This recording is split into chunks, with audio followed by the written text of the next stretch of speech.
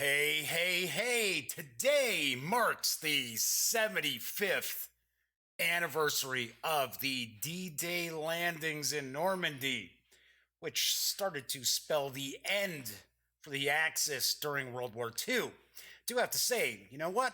That was the proper response to Nazis in my book, not the way we mollycoddle them now and worry about people's feelings and things like that. In my book, you see Nazis, you smack them in the face.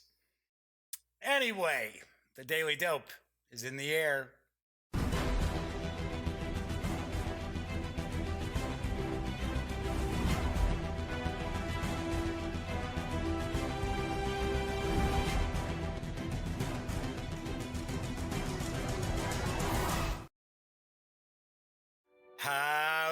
Howdy, gang. Yes, I am Jeff McAleer. I'm back once again as your host here at the Daily Dope, presented by thegaminggang.com.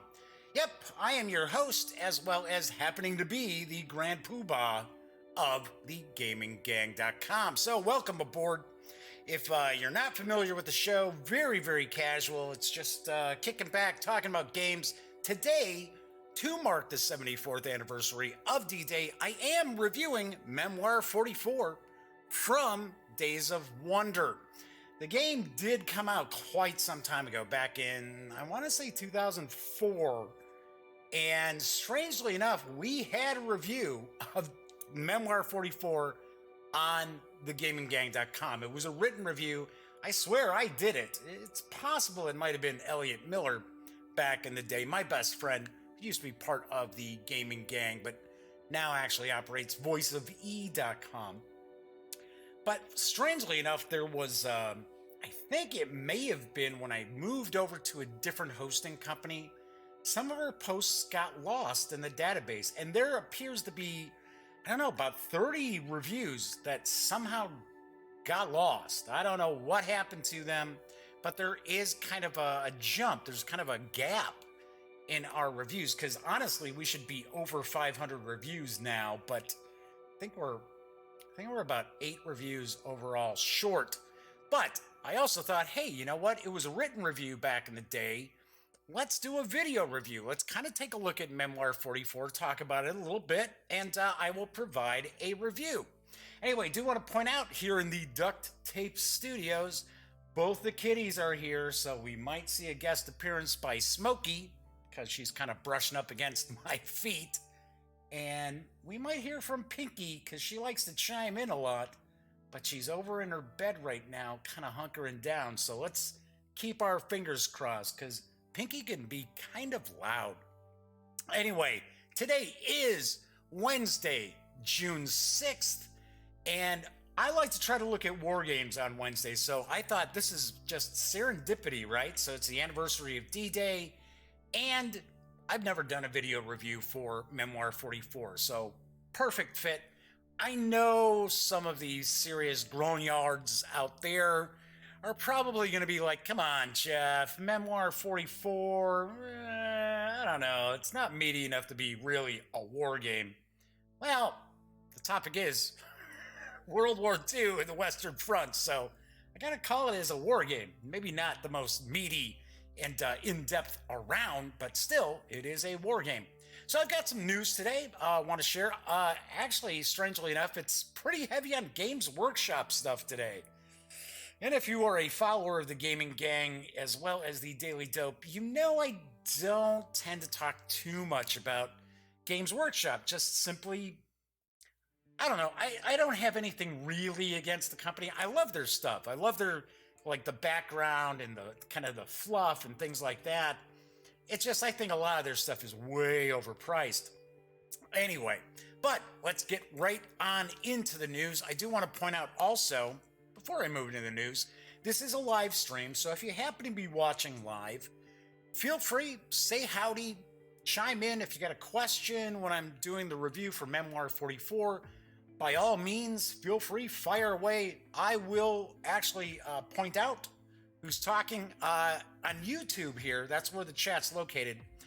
There is a chat log that will follow as well. So you The chat's not on screen simply because it kind of keeps some of the trolls at bay, but chat will show up later on in the video. As long as my sound is in sync, then we're going to be okay.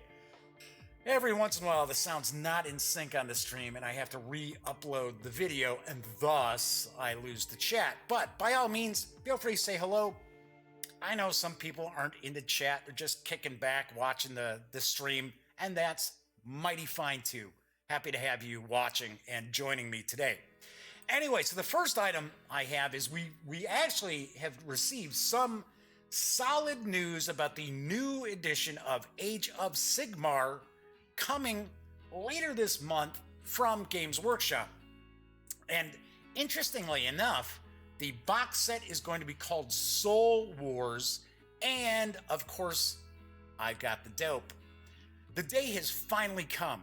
With the new edition almost upon us, we can reveal the culmination of Nagash's great work and the beginning of a new chapter for Warhammer Age of Sigmar, Soul Wars. Soul Wars is without a doubt Warhammer Age of Sigmar's best boxed set ever. Hell, it's maybe the best Warhammer box set ever. Jam-packed with brand new content for every kind of player, from two armies of never-before-seen models to the new edition's magnificent core book and even more besides. And it can all be yours, available to pre-order on June 16th. Yes, that is next Saturday, and it also happens to be Free RPG Day. And the box set will actually arrive in stores on June 30th. Pretty quick turnaround on that pre-order. Let's start with the models. If these were the only thing in the box, it'd still be an incredible set. Soul Wars is the first place you'll be able to get miniatures for the new Sacrosanct Chamber and Night Haunt. Thanks to some extra cunning engineering, every single model in the kit is push-fit, from your line infantry to the magnificent heroes who lead each force. If you're looking to get gaming in the new edition as soon as possible, just grab a pair of clippers and you'll have both forces built in no time. The miniatures in this set represent some of Warhammer Age of Sigmar's most anticipated releases to date, from a bold new direction for the Stormcast Eternals to Death's first major release in years. Representing nobility, justice, and defiance, we have the Sacrosanct Chamber, a gathering of magi and engineers who have turned their arts to a singular purpose: annihilation. The box contains a host of warriors from this newly opened chamber, including the first ever Stormcast Eternals wizards and the debut of the Celestar Ballista, the first Stormcast Eternals war machine. I think I might have said Elementals earlier. It's Stormcast Eternals. You'll find this set great for bolstering an existing army or kicking off a brand new one. Facing them are the Dread Legions of the Night Haunt, a terrifying new force assembled by Nagash to conquer the mortal realms. These are some of the first new models for Death in Warhammer Age of Sigmar, and it's safe to say the wait has been worth it. Each model is exquisitely detailed, using the latest miniatures design technology to create a force quite unlike any we've seen before in Warhammer. This is the best way to kick off a new Night Haunt force, or to add a contingent of these ethereal. Yeah, I need a sip here. Weird enough, it's kind of humid today, but it's super dry down here. I don't know. Anyway, you can add these ethereal killers to the Legions of Nagash. That's a lot of models. I believe all in all, I think it's 60 models that are included. 50 or 60 models are in this starter box. And that's not all. You'll also find everything else you need to play. Firstly, you'll find a getting started booklet in the set to guide you through your first few games and teach you how to play. So if you're new and looking for an easy way in, this is it. Meanwhile, the 32-page Battle for Glimsforge booklet follows the story of the armies in the boxed set, as the Stormcast Eternals encounter the new Night Haunt for the first time in the opening battles of the Soul Wars. If you want to learn more about the narrative, you'll find the first chapter of Josh Reynolds' Soul Wars novel in the box as well. Finally, 13 new format War Scroll cards make checking the rules of your models mid-game easy. Well, turquoise gem dice and measuring sticks mean that you'll be able to start playing as soon as your armies are built. And to top it all off, you'll actually get the complete core book for the new edition, all 320 glorious pages in full color and wrapped in a sturdy hardback cover. As I mentioned before, pre-orders for Soul Wars will begin June 16th, with the box set arriving in stores on June 30th. As of this moment, though, there is no MSRP, and I searched around to try to find some information on what the MSRP of this boxed set might be. No dice. So I'm going to take a stab. I'm going to take a wild stab in the dark and say this is probably going to run $200. Reason why I say that is because there are 60 miniatures that are included in the box. Granted, they are plastic, but there are 60 minis, and it also includes the hardcover core rulebook. I guarantee that hardcover core rulebook is probably going to be selling for $50 to $60 on its own. So, like I said, wild stab in the dark, about $200. I might be way off base. It could be way more than that, because of course we are talking about Games Workshop. Since I am talking about Games Workshop and Warhammer Age of Sigmar, there's a new collectible card game that is on the horizon. It's coming August 2nd, and I've got the dope on Warhammer Age of Sigmar. Actually, I completely forgot. There's a sneak peek video for Soul Wars. Duh, moving right along to the next news piece. And I forgot, I just added this video just a couple of minutes before I went live, because I got a link for it. I was like, oh, wait, I better pop this in here. Completely forgot I just did that. It doesn't show off the miniatures, but it does kind of talk about the setting itself. And it's a really quick video. I don't even think it's a minute and a half. But let's kick back and take a peek.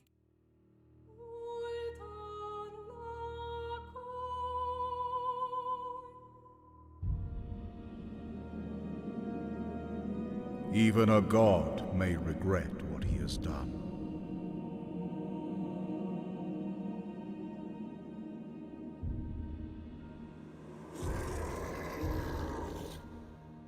Since your birth in the celestial forges, you have done all that I have asked of you. You have bled the lightning in your veins. You have endured resurrection after resurrection in the wars for your homelands.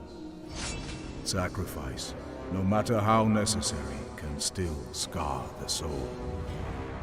Now the seasons shift, the ages turn. The skies of the mortal realms grow dark, heralding our storm.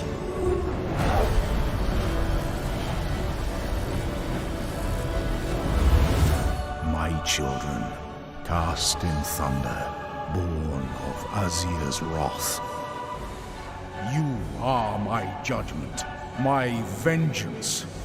You are the avatars of my oath. My promise of redemption to the realms I once abandoned.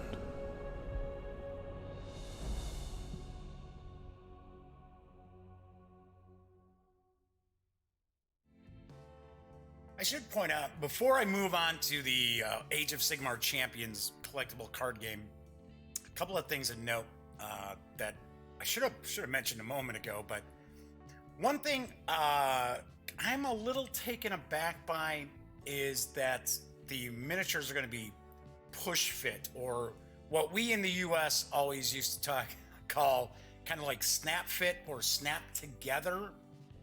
And I'm a little surprised, because when you have miniatures that kind of snap together like that and you're going to paint them, you do normally have to go through a little more process filling gaps than you do with just solid figures or ones that I'll actually glue together using model glue if they're plastic, of course, and epoxy if they're not.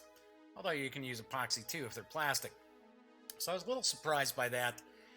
And that kind of gives me the impression that it's going to lead more people to just be playing with unpainted minis. And I know I get my chops busted for this all the time, but for me, the big draw for playing with miniatures is the paint job on them. It's the visual effect. It is the kind of just an amazing feeling when you're playing with painted minis and you got a pretty nice paint job on them.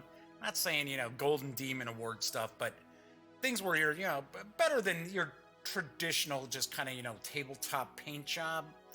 Just nothing replaces it. There is nothing in tabletop gaming that can replace that awesome feeling and look of things that really draw you in. I hate when I see people playing miniatures unpainted. It just, I don't know.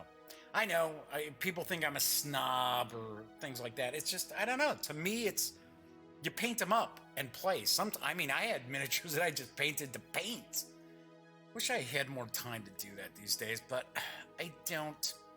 Anyway, so I started talking about Warhammer Age of Sigmar Champions, which is arriving August 2nd, and this is a collectible card game. Take command of one of 4 powerful factions and recruit an army of legendary champions.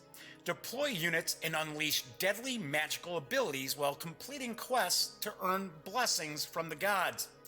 Only the mightiest of warriors will stand victorious in this battle for the mortal realms, which spans both physical and digital worlds. Excuse me, as I mentioned, it's ungodly dry down here for some strange reason. Warhammer Age of Sigmar Champions is an exciting new trading card game available both physically and digitally for iOS and Android devices. Choose your alliance and use your tactical prowess to build an unstoppable force. Then take to the battlefield to destroy your opponent and seize control of the mortal realms.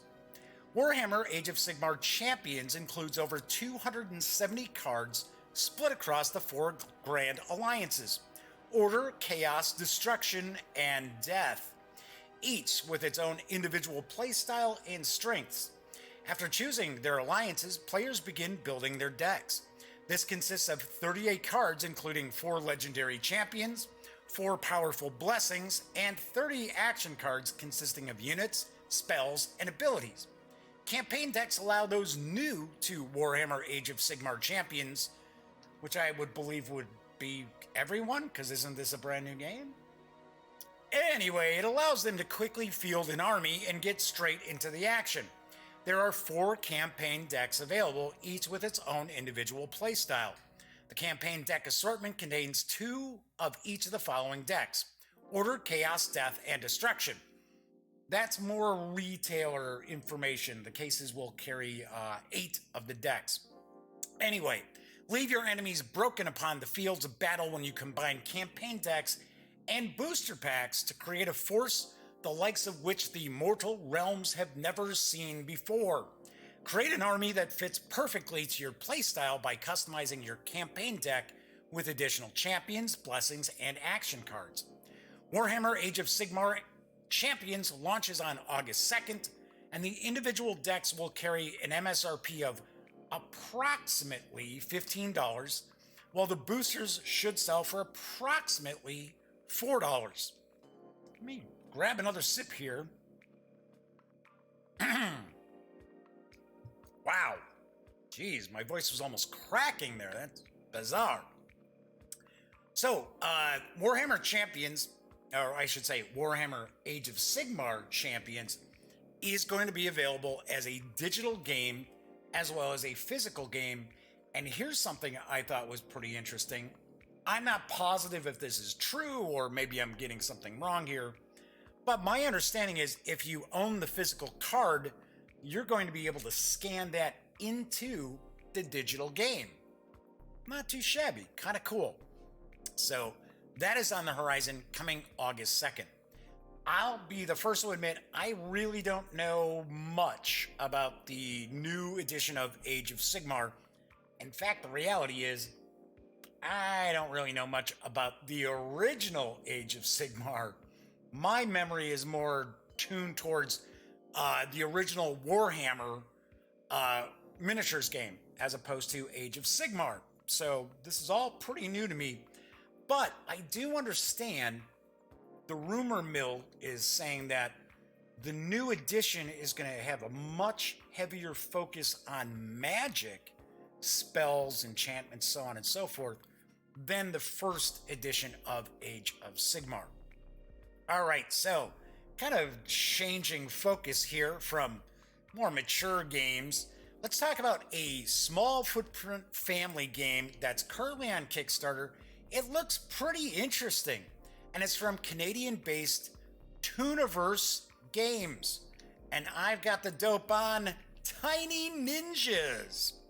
Tiny Ninjas is a 2-player dice-rolling head-to-head card game that's designed to play right inside of the box.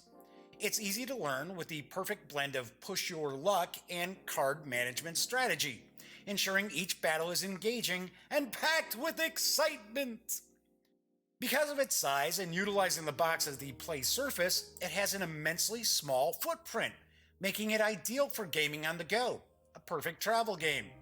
You can learn it in 10 minutes or less, and it is endless fun for ages 8 and up. Because of its size and that you're utilizing the box as the play surface, it makes it perfect for gaming on planes, trains, camping, lounging, play anywhere, play everywhere. Planes, trains, and automobiles, probably.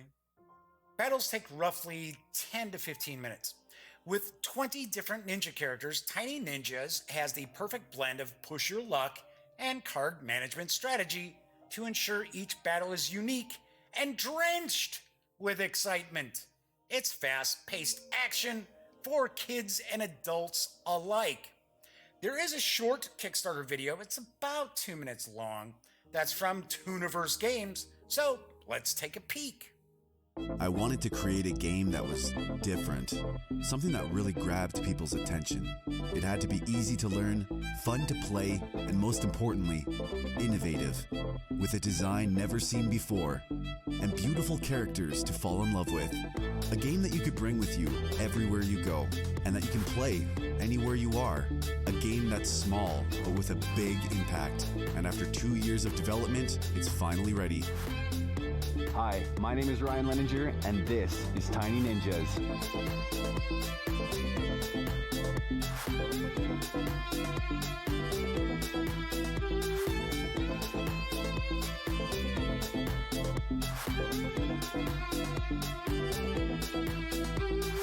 Whether lounging at home, traveling the world, or anywhere in between, Tiny Ninjas was designed to play wherever you are. A fast-action, compact experience to enjoy for many years to come. I'm so excited to be bringing Tiny Ninjas to Kickstarter. It's fast to learn, quick to play, and full of exciting moments. I know you'll love it as much as I do, and I hope you'll consider backing my project today. Thank you so much.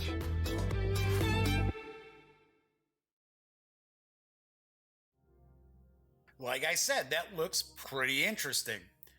And you can reserve a copy of the game as well as additional bonus content for about $22.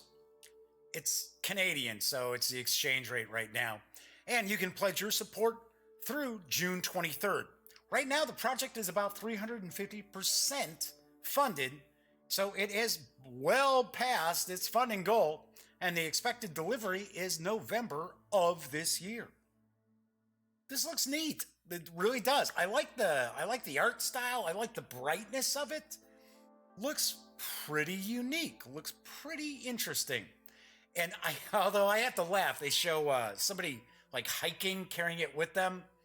I don't know if I would bring any sort of like board game with me hiking or to the beach, but just about anywhere else works for me. All right, so my next news piece is something I'm pretty excited about. It is a blast from my past from Chaosium, because Masks of Nyarlathotep is about to return That's right, and I've got the dope. The Dark God is returning soon. The Masks of Nyarlathotep PDF will be released within the next few weeks. And if you sign up to our pre-release list, you'll be the first people to know it's available. You'll be able to get the PDF immediately so you can start playing what is, quote, widely considered one of the best RPG adventures ever made, according to Gizmodo. You'll also receive a coupon for the full cost of the PDF off the price of the print edition when it releases later this year. In the meantime, Chaosium's going to share some exclusive previews, art, and special surprises from the new masks if you sign up. It is the definitive Call of Cthulhu tabletop campaign reimagined. In the decades since the beloved campaign Masks of Nyarlathotep captured imaginations, it's been played countless times. Yep, right here, you're looking at one of the keepers. Year after year, investigators discover the world-spanning conspiracy that threatens to engulf the world and race to avert a cataclysm from beyond our stars. In the new edition, the adventure is expanded and deepened with new challenges and foes. With clearer navigation and informative guidance, the new edition is easier for keepers, old and new alike, to weave together and run this definitive campaign for their investigators. Reimagined and updated with comprehensive appendices, this is everything needed to run the campaign in 7th edition for Call of Cthulhu or Pulp Cthulhu. None of the investigators knew that the charming and industrious author they met in Peru would set them on the trail of an all-encompassing dark mystery. Diverse facts and clues lead to dangerous encounters and dire consequences at every turn. Chasing answers, the journey leads across America, England, Egypt, Kenya, Australia, and China. Something horrible is coming, and the investigators are the only ones who stand a chance of stopping it. The PDF release of Masks of Nyarlathotep is just weeks away, so stay tuned, because as soon as there's more info on the release, I will be sharing it. And as of now, there is no MSRP info available. All right, so as I mentioned, I am excited about this because I ran Masks of Nyarlathotep when it originally came out. And it is no joke, it is one of the greatest role-playing game campaigns ever created, regardless of genre. It is that good. Now, with that said, there are some parts of the original Masks of Nyarlathotep which are not as politically correct as most folks would like to see these days. There were sections that were real kind of white man's burden, I guess we would say, and especially in the Middle East, most of the villains were, Muslim characters, things like that. I am going to take a stab and say those things are certainly going to be addressed in this new edition. I have absolutely no doubt about that. Now, how the writers go about making those changes, I do not know. I do believe that there is a new, of course this is expanded, I believe there's like a new introduction where, because it talks about the NPC that the characters meet in Peru, that kind of gets the ball rolling. That was not part of the original campaign. That I can tell you for certain. So that should be cool. I would really love to see this. I do understand it's going to be produced in 2 volumes. So I'm not sure. It's got to be sold as a set. I can't imagine Chaosium selling the part 1 and part 2 separately. That wouldn't make a whole lot of sense because you're not going to sell those in equal quantities. So I'm taking a wild stab that it is going to just be sold together, but it is 2 volumes to make up the campaign. And I'm telling you, it is awesome, and it is a long campaign. Now, keeping in mind, when I originally ran it, now we're talking mid-80s, probably right around there, mid-80s, maybe like 84, 5, somewhere around there, we played Call of Cthulhu. And if you watch the Daily Dope, you already know I've mentioned this a few times. We used to play Call of Cthulhu a lot. And I'm talking about more than once a week. And normally 6 hours was like a short session for us. So played loads and loads of Call of Cthulhu. And I'm telling you right now, Massive Nyarlathotep, even playing it that often, took about 6 months for us to finish up. It is that big. It is that globe spanning. It is really, really awesome. So have to see about checking that out. I'm sure I can get the PDF to review from Michael when it comes out. I don't know about the physical product, but I'm pretty sure I can score myself the PDF. So pretty cool. I'm pumped. I am pumped for that. I'm trying to include a bit more role playing. I'm trying to even things out a little bit on the Daily Dope because early on, because this is what, episode 113? I know. It's a lot of episodes, right? But I was going to say early on, I was focusing mostly on board games, tabletop games, card games, stuff like that. But I have this vast love of role-playing games. And if you've caught some of the recent episodes, I've been talking a little bit about Fantasy Grounds and how I'm going to run some stuff through Fantasy Grounds. And I'm actually going to record it and upload it to the Gaming Gang channel. I don't know how they'll be. I mean, who knows? But I am super pumped to try to run something. It's looking like it's going to be 5th edition D&D, to be honest with you. Although, I wonder if Mask of Nyarlathotep is going to make an appearance on Fantasy Grounds. I bet you it will, because Call of Cthulhu is available for Fantasy Grounds, which I'm actually going to run an adventure to kind of show off Fantasy Grounds, to kind of do a review. I'm going to run, what the hell is it? The Dark Light or something like that. I forget. Which is stupid because I've read the adventure like a couple of times in the past already. But I have not run it. So I'm going to run that through Fantasy Grounds. But I have this great love for RPGs. Really, really dig RPGs. And I know some folks are, I love this game, but I hate that game. And I've never been like that. I don't think there's ever been an RPG that I could say I hated. Made dislikes. I mean, there's some that are like really bizarre and twisted that I would never touch in the first place. But still, I've been trying to even out the coverage of role-playing games and board games, card games, stuff like that.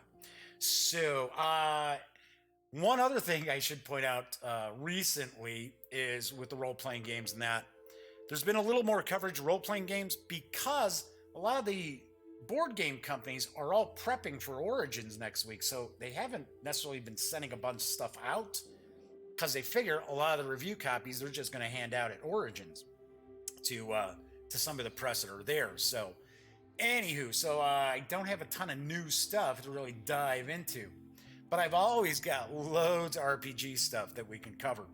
All right, anyway, speaking of RPGs, Free RPG Day is coming next Saturday. It's on the 16th. And on each show, I want to focus on one of the free products that I think is really going to be worth your while to check out. And today I'm actually going to talk a little bit about Scritch Scratch, which is coming from Chaosium. It is their Free RPG Day 2018 offering. It is an adventure for Call of Cthulhu. And it's written by one of their line editors, Lynn Hardy.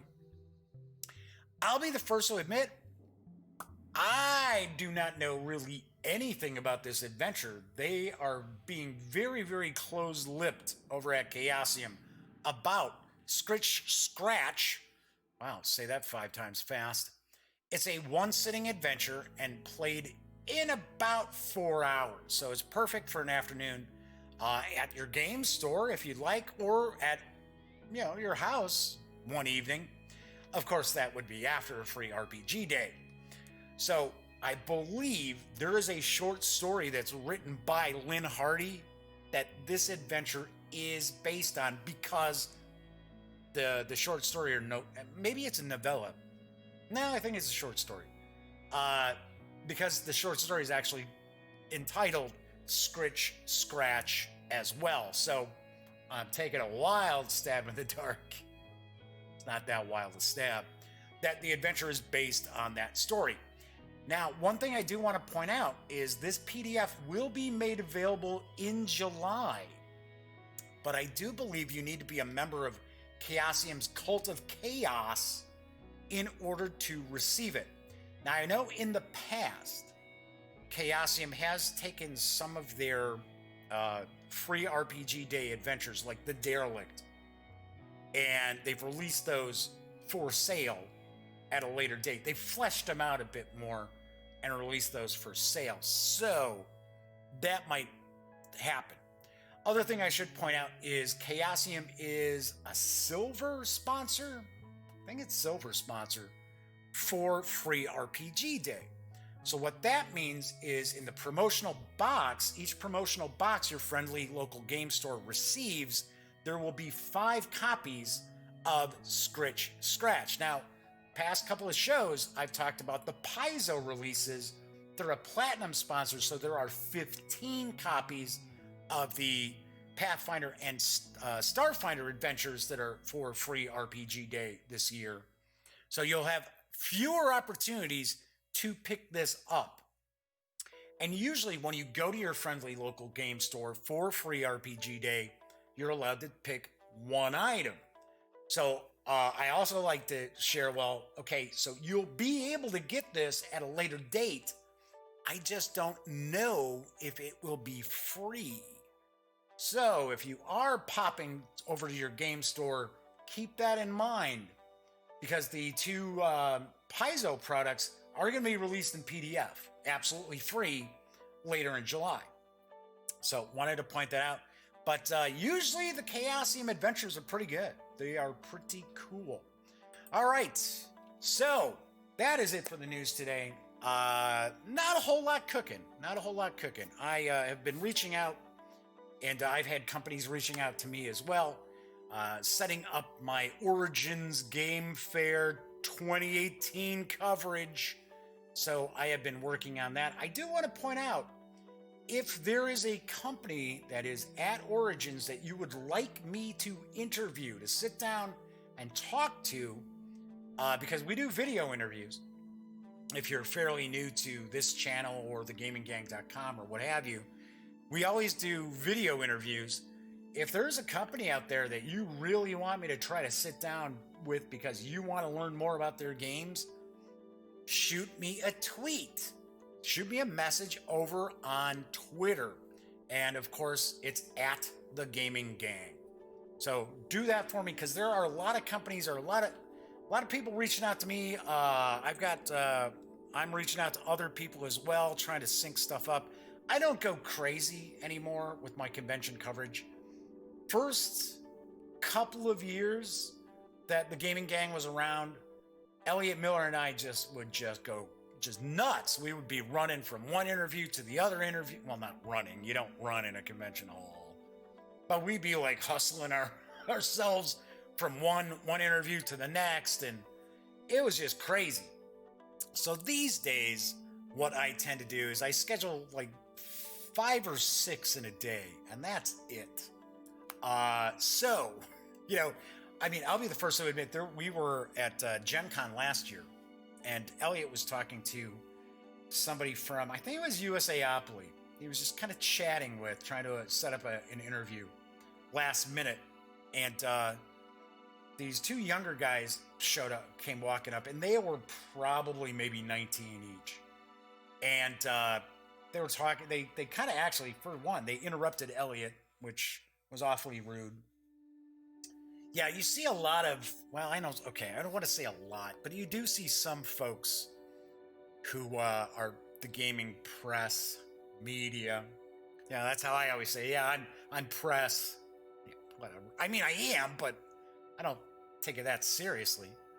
But you will see from time to time people who are gaming media just walk right up and interrupt people and just, kind of barge their way through. And it's like, seriously, give me a break. But anyway, so we're at Gen Con and these guys come up and they start talking to the person from USAopoly. And they were like, oh yeah, if we can, and they were just doing recorded interviews. Obviously they had a podcast or something. And they said, oh yeah, well, you'll be the 123rd interview that we've got from Gen Con. I'm thinking, yeah, be out of your minds. You gotta be nuts. 120 some interviews? There aren't that many companies that have stuff that's really, awesome you want to check out. See, that's what I tried to do. I try to focus on companies that have some really cool stuff and companies that may not get the kind of love that they deserve because everybody's chasing somebody, some other big company or whatever. So yeah, anyway, I'm rambling on. But if there's a company that you want to see covered from Origins this year, feel free, tweet at me at the Gaming Gang over on Twitter. Okay, so as I mentioned earlier, this is the 74th anniversary of the D-Day landings back in 1944. So I do want to actually take a look at and review Memoir 44, which is from Days of Wonder, originally released, like I said, I think it was released in 2004. And it's designed by Richard Borg. You can still pick up Memoir 44. It still does very well for Days of Wonder. It does carry an MSRP of $59.99, but I will be the first to point out that you can find the game for much less online. So, all right, so anyway, so let's move on over to my other camera here. And I don't have it all set up, and I'm gonna kind of talk a little bit about the game, kind of show you a little bit how the game plays. This is not a difficult game to learn. I would say take maybe 10, 15 minutes tops to show someone how to play this. So, Memoir 44, right there, pretty good size box. It is packed with different miniatures. So you've got armor, you've got artillery, you've got infantry, you've got various different terrain. And let me move the box top out of the way here. Now, it does come with a dual-sided map, or dual-sided board, I guess I will say. So we have this side of the board. This side of the board is the beach, basically. So you can recreate some scenarios involving the D-Day landings themselves, say like at Omaha Beach. Then you'll actually have another map here, which is kind of the countryside.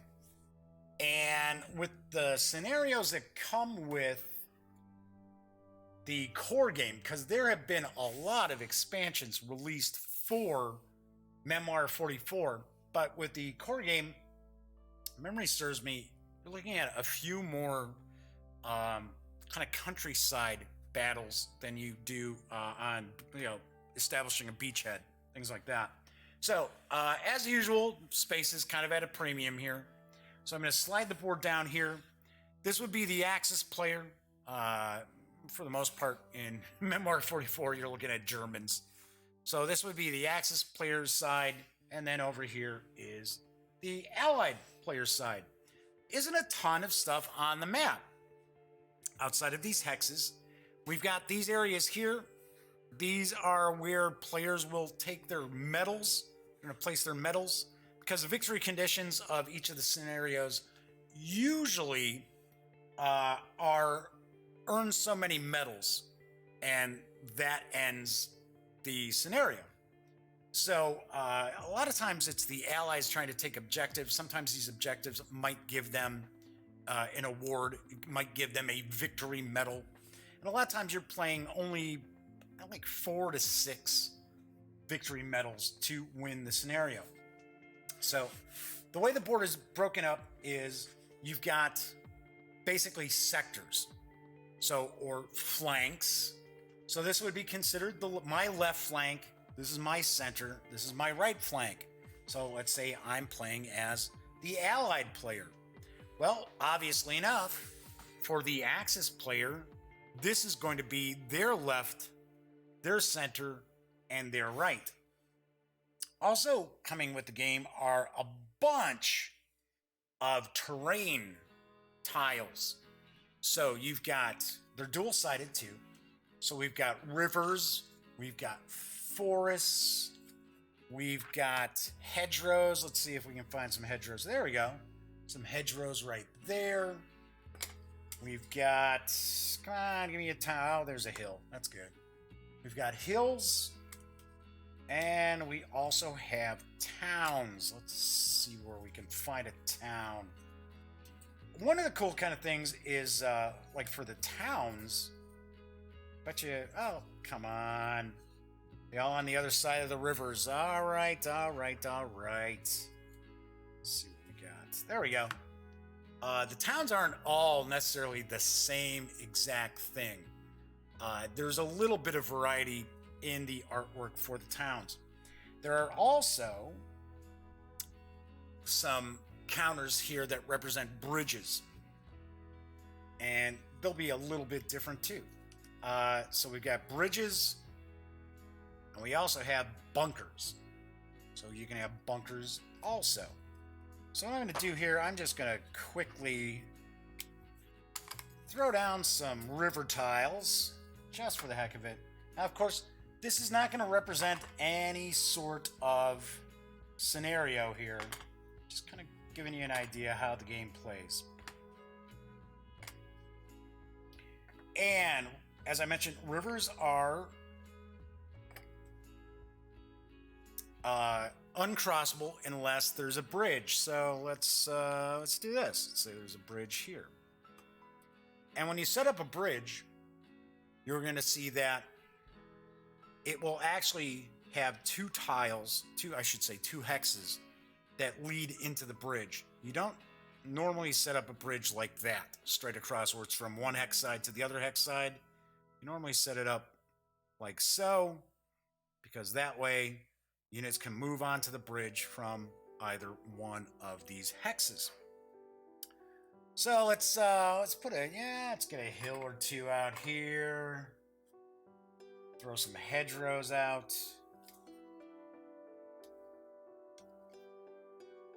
Oh, no. Let's get a town. Get a couple of towns, actually. Now a little bit of forest.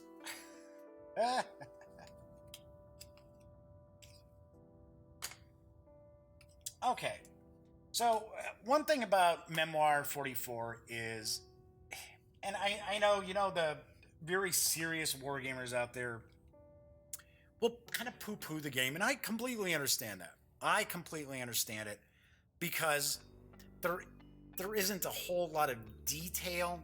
So for an example, you have infantry and you have armor, but there really isn't much change. Now, there are some special units that you mark with special tokens so that you know what they are, but for the most part, you're not really looking at a whole lot of variety.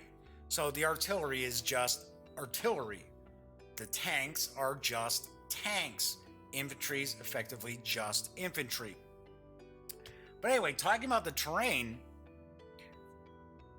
like I said, this is very, very simple to teach people, because you actually have these little cards available that tell you exactly what the terrain does. So you've got the beaches, so we got the forests. So a forest tile is going to block line of sight. It stops movement. So if a unit moves into a forest, they can't move further on than that. And you cannot, unit moving in can't battle unless they're the French resistance. Now, if a unit is in a forest and they're attacked, they get special defensive modifiers. So it's going to say, okay, -1 infantry hit, -2 armor hits. Let's tell you what the forest does. Oceans, rivers and waterways, hills. Hills block line of sight unless you're on the hill and you're attacking an adjacent hex. There's no movement restriction, so you don't have to worry about just going up the hill. And then you have terrain protection as long as you're fighting units that are below you. So it's possible you could have the hills together, which are effectively making it's like a ridge. Say that would be a ridge or something like that. Got the hedgerows. Once again, they block line of sight. So the cool thing about the game is all the terrain is right here on these cards. So when you're playing, all you have to do and they say terrain, so there's no way for you to not see what it is. Just keep these, on the side here. You don't put them on the board, but I'm, on the side of the board, and you're like, okay, well, cool deal. Oh, so I'm moving into a town. What does the town do? Towns and villages, right there. It's going to tell you all about it. Then you've got your different units. So you've got your infantry. And infantry, I'm just popping some allies out here. Infantry units, and here you get a little better look at the figure here. Infantry units are made up of 4 infantry minis put together. Now let's face them all the same way, for crying out there, Jeff. For crying out loud. All right, so those 4 would make up an infantry unit. Armor is normally represented by 3 tanks. That's a typical armor unit. Now there are elite armor units, mainly in the core game. It's German elite units. They will have 4 tanks as opposed to 3 tanks, and it's supposed to kind of represent the superiority of the German tanks as opposed to the American tanks. Then you've got artillery. So, an artillery unit looks like that. And cool thing is, it'll tell you your standard units, right? So it's going to tell you the standard units as far as how many of these you'll use, as far as it's to mark casualties, basically.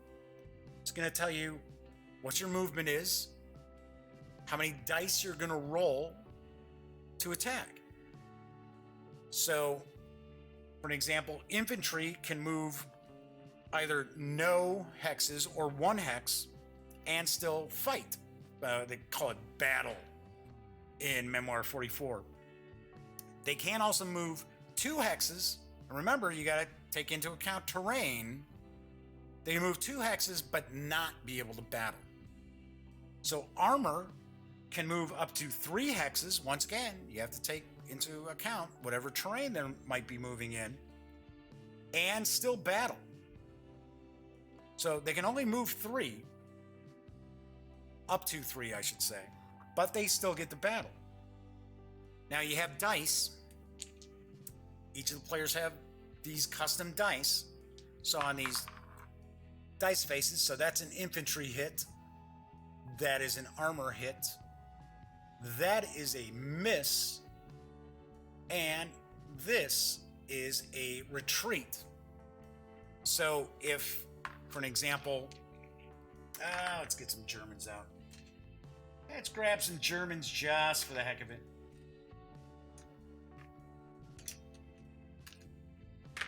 There we go. We'll just get a German infantry unit here. Put these guys right over here.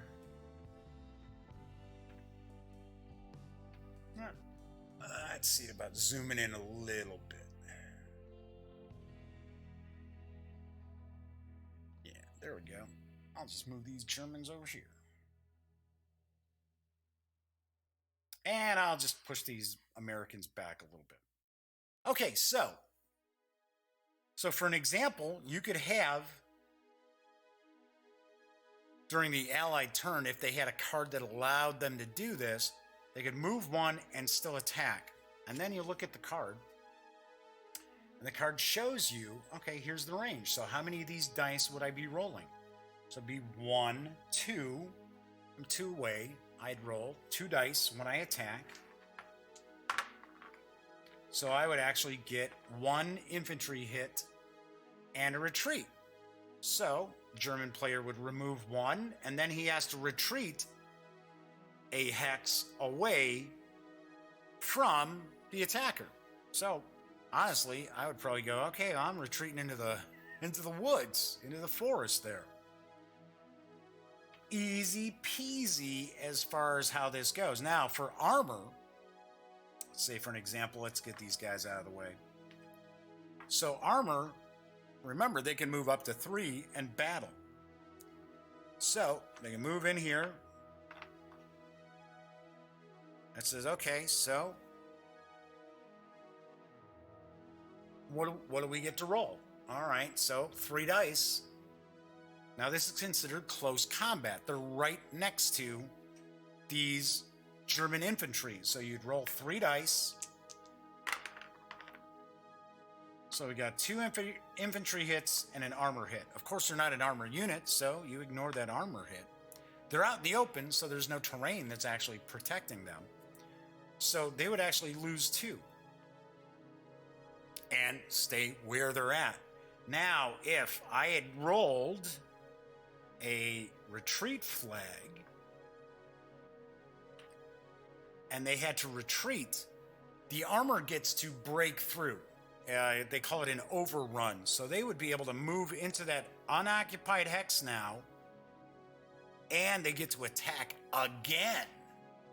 So armor can be pretty powerful in Memoir 44 as far as breaking through. Now, the interesting aspect of this game, and I know it drives some people up the wall and other people are like, oh yeah, I dig it, are the command cards. And depending on the scenario, will determine how many command cards you get to start with. Sometimes in a scenario where the Germans are surprised, they may only get a couple of command cards in their first turn. Usually you'll have a full number of command cards. So I want to say in the first scenario for Memoir 44, it's glider troops who are behind enemy lines, who are basically, trailblazers, and they have surprised this German force. So the Allied player actually gets 6 command cards, whereas the German player only starts with 2. So what you're basically doing is you're choosing from the various different command cards you have available to you each turn. So what you end up doing is, let's say for an example, let's do 5. It'll tell you right on the card what you're able to do, and it's going to show you in what sector you can do that. So this says attack. It says issue an order to 3 units on the left flank. And then it even makes it easier for you by showing you, okay, this is your left flank. And once again, it says order 3 units. So if I zoom back out a little bit, if I were playing this as my action card, as my orders for that turn, I could only issue orders to units that I had over here. If I didn't have any units over there, this card just doesn't help me at all. That's why you'll have a variety of cards normally to select from. And that's why the Germans being surprised in that first turn and only having 2 cards to choose from can be pretty crippling for the German player until a couple of turns go by. So these are basically the command cards. They're all also tactics cards, which look like this, which will give you kind of like a special effect, special one-shot, special ability that you can perform on that turn, on your turn. So for an example, it says behind enemy lines, which allows you to move troops up, make an attack, and move them back. So that's the behind enemy lines. Direct from HQ. Issue an order to 4 units of your choice, so you don't even have to worry about the different sectors. Dig in. You can have your units dig in, because there are also, when we were talking about terrain, there are also sandbags and barbed wire. Although I thought it was kind of weird to have the barbed wire like all rolled up like that. It's not exactly how barbed wire would have been. And then, where we got him? Come on, where are you hiding? There we go. No, maybe that's not it. There we go. And then, of course, we've got the obstacles, which you would see these obstacles used in scenarios where you've got, you're using the beach map. So these were the obstacles that were there to try to stop landing craft and things like that. So those are available too. So each of the players is going to have this little shelf that you can put your command cards on, and that normally will go here. So you can have your player set up their little shelf here, and then they put their command cards, so they always have them sitting in front of them so they can take a peek at. Just like so. Got the cards hidden like that from the other player. And as I mentioned, depending on the scenario, is going to be how many cards you get, if there's any sort of restrictions, things like that. So you can have a combination of these commands as well as these tactic cards. So like barrage, there's air support, armor assault. There we go, air power. So these are tactic cards, but they are all mixed in together as command cards. As far as the obstacles that I was talking about, right here. Once again, you got a handy dandy little card. It's going to tell you, okay, this is exactly what these obstacles do. So you've got the sandbags. They call these hedgehogs, but I don't know. I don't recall those beach obstacles called hedgehogs. Maybe they are. I don't know. I'm just saying. Don't recall that. So it's pretty cool. Pretty neat for an example. So there's the bunker. Remember, we got the bunker tokens here that we can utilize. Toss that out there, what have you. So very, very easy, as I mentioned, to jump into the rules for this. I taught my nephew Cameron Memoir 44, and I swear it took about 10 minutes. That's all it really, really took, was about 10 minutes. And I'll show you the rule book here. And it is for ages 8 and up. And most of the scenarios do take about a half hour, maybe an hour. We didn't run too long in ours. That shows components, talking about setting up the game. Setting up the game is what really takes the most time, and I'll show you why in just a sec. I'm talking about moving units. So you basically play your command card, you move your units, you battle if you can, and then you finish up by pretty much drawing a new command card. And of course, if you reach the victory point, the victory medal level that you're looking at, then you win. Then the game's over. So you have objectives get you a medal, and eliminating a unit from the other side will get you a medal as well. There's different objectives, things like that. So you can have multiplayer games. Now this, obviously, one map. You're not going to really squeeze more than 2 players into this game, but you can easily combine more copies of Memoir 44, and I'm telling you, there are loads and loads of expansions that have come out over the years for Memoir 44. All right, so it talks about how do you read the scenario.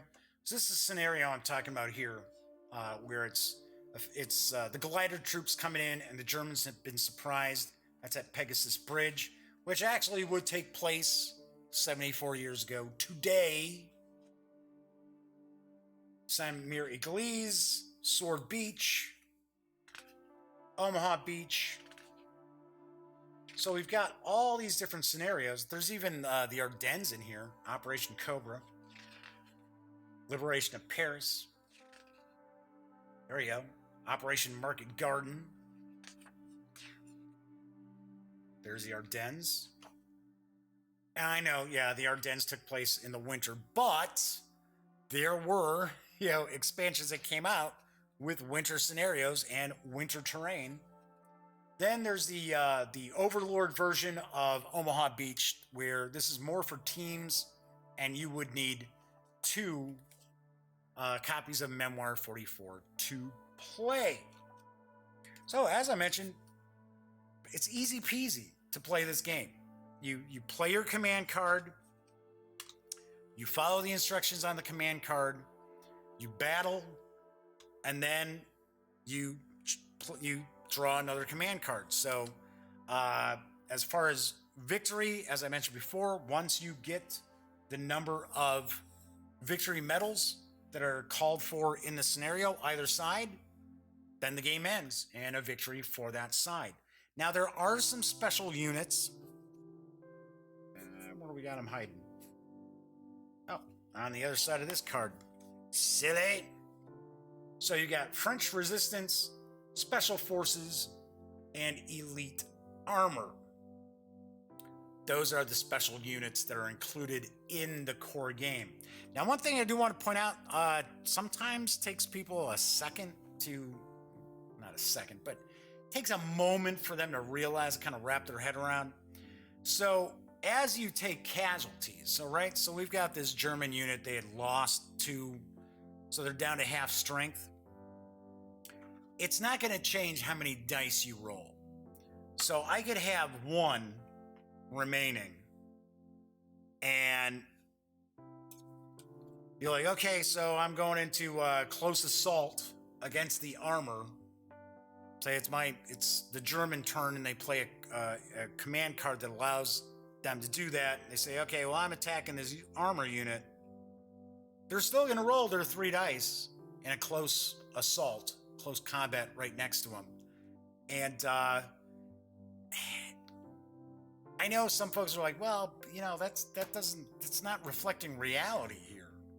I mean, if they've been reduced 75% casualties, they've only got 25% fighting strength left, how are they still rolling their 3 dice? Come on, it's an abstraction, all right?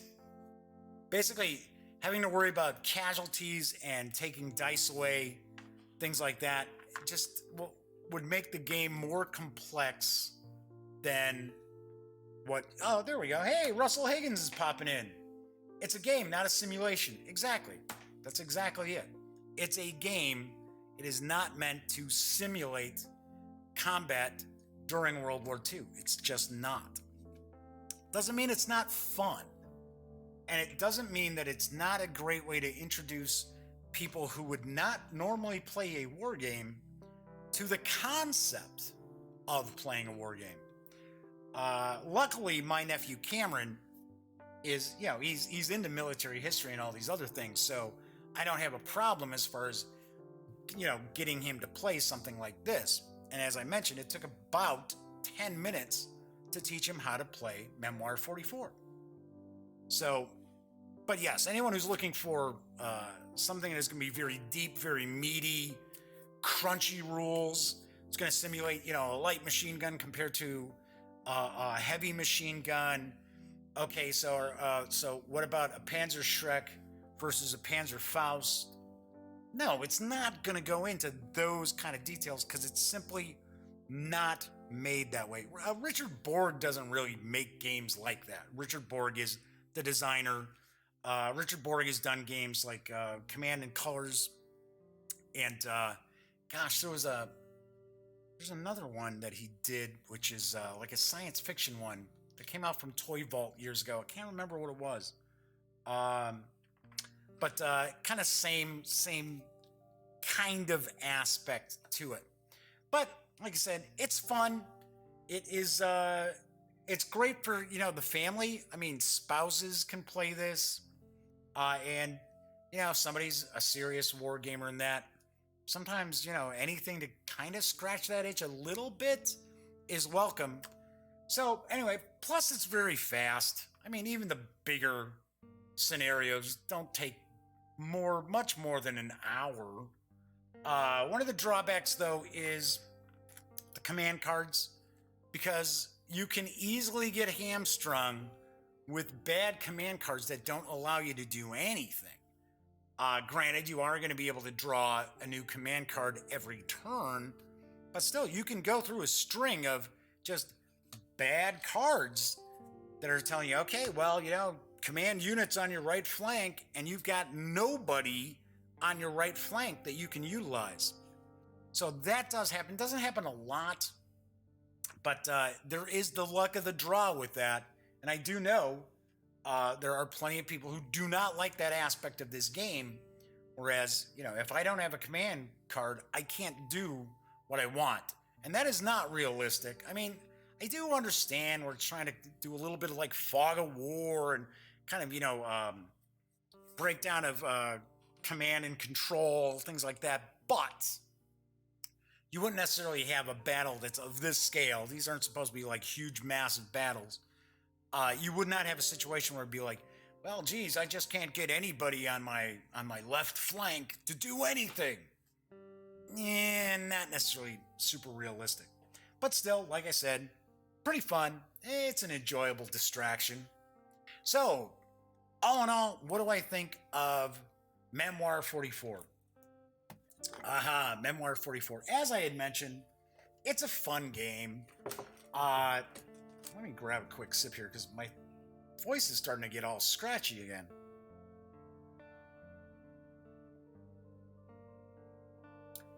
Going in, as far as Memoir 44, as long as you know this is not a deep, or as Russell Higgins is pointing out, it's not meant to be immersive. It's not a simulation.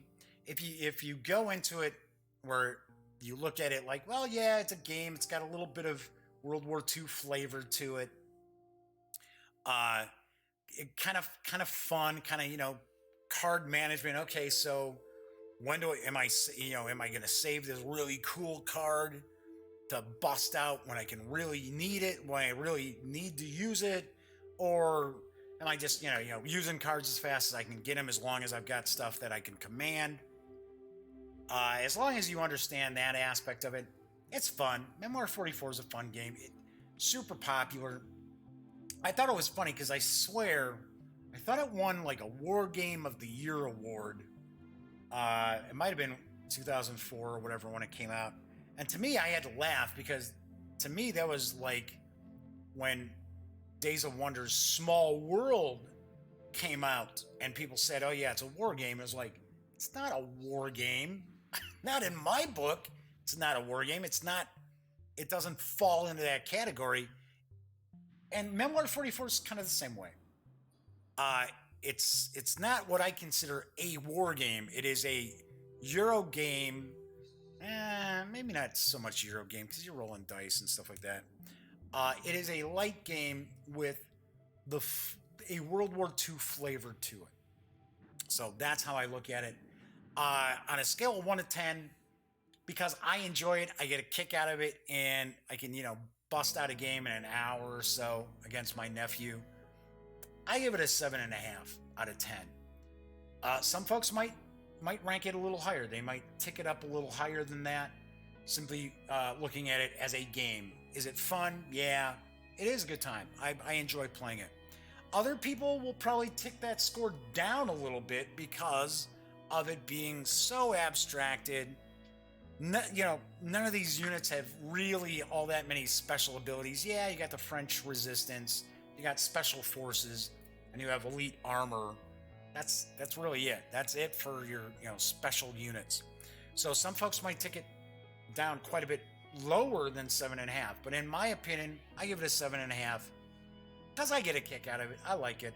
I think the component quality is pretty nice too.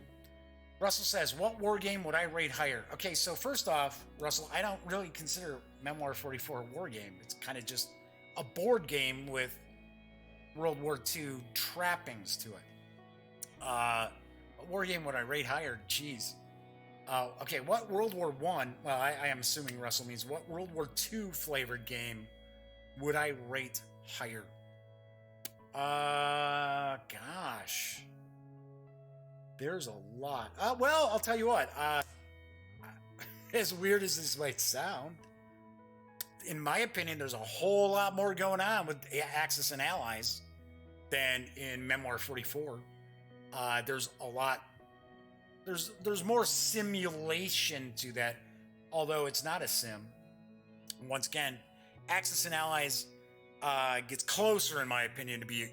I guess I could say that is a lighter war game, but at least there's more to it, more specialties, things like that for Axis and Allies. But as far as like grand scale, I'll tell you what, I reached out to GMT because I haven't seen their new releases yet. So yeah, that's true. It is a longer game. Russell says it, but Axis and Allies is a longer game. There's the new game coming out from GMT called Cataclysm, which is World War II, but it's kind of a higher strategic level World War II, and that's supposed to play in a couple hours, as far as I understand, and that looks pretty cool. I have not seen it yet. I'm kind of surprised. I have not seen the latest wave of releases from GMT, and I did reach out to GMT, and it's not like they're mad at me and said, "Hey, that's it. No more review copies for Jeff. We're just scratching them off the list." I think a whole bunch of stuff was up in the air because they were changing over their website and all that other stuff. Third Reich scale. Wow, Third Reich, that is super long game. Third Reich can go really, really long. It has been so long since I played the third Rise and isn't it Rise and Fall or Rise and Decline? I think it's Rise and Fall of the Third Reich. I haven't played that game in 25, 30 years maybe. So, but I do remember that game took quite a long time. Pretty abstract too. All right, so that is it for today's show. When you are not watching The Daily Dope, be sure to visit thegaminggang.com for all the latest in gaming news, reviews, comics, movies, TV. Come on, you know the drill. Get your geek on at thegaminggang.com. Once again, I'm Jeff McAleer. I will be back tomorrow. So until then, enjoy the rest of your War Game Wednesday, or I guess we'll say Hump Day now. And as always, thank you very much for watching.